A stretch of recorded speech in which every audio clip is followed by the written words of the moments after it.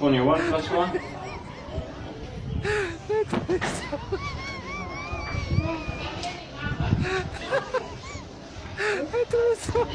Okay, 2 plus 2.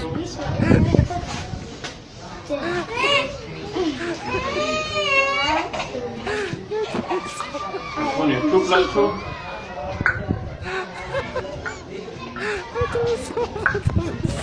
Good.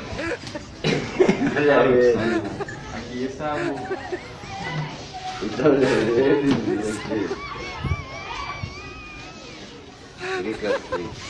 3 plus 3. Only 3 plus 3.